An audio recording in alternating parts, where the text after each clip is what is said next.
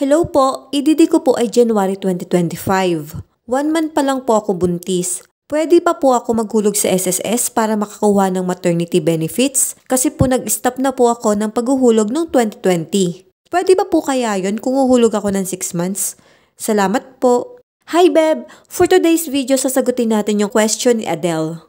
Beb, kung ang EDD mo ay January 2025 at para malaman kung ikaw ay qualified sa maternity benefits, i-exclude natin ang semester of contingency mo na mula October 2024 to March 2025. Now, ang magiging qualifying months mo ay mula October 2023 to September 2024.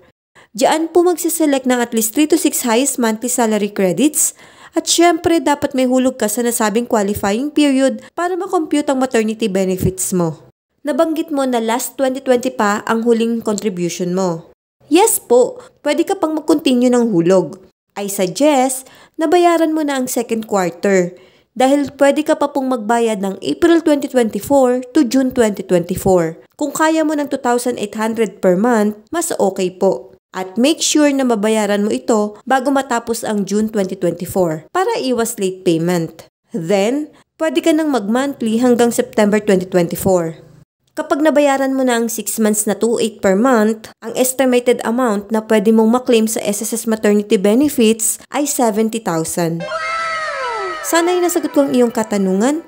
Thank you and God bless. Follow for more.